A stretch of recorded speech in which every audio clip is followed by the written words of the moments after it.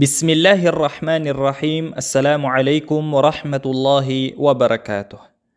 At bilang pagpapatuloy sa pagtalakay natin sa mga kabutihan ng pag-aablusyon, ay kabilang rin rito ang binibigkas pagkatapos magsagawa ng ablusyon.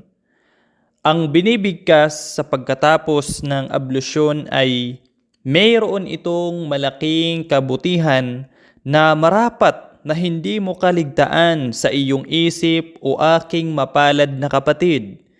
Kaya kunin mo itong mabuting balita na nagmula sa taong tapat at mapagkatiwalaan, ang sugo ni Allah sallallahu alaihi wasallam.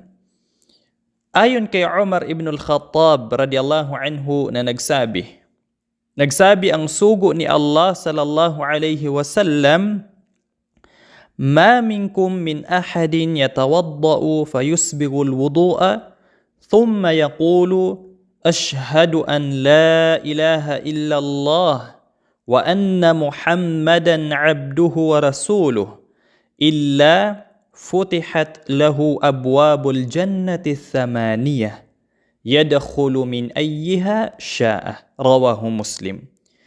Sinabi ng propeta sallallahu alaihi wasallam, kapag mayroon sa inyo na isang nagsasagawa ng wudu o ablusyon at nilubos ang pagsasagawa nito sa wudu o di kay sa ablusyon, pagkatapos ay magsasabi ng ashhadu an la ilaha illallah wa anna muhammadan abduhu wa rasuluh, ay bubuksan para sa kanya ang 8 pinto ng paraiso.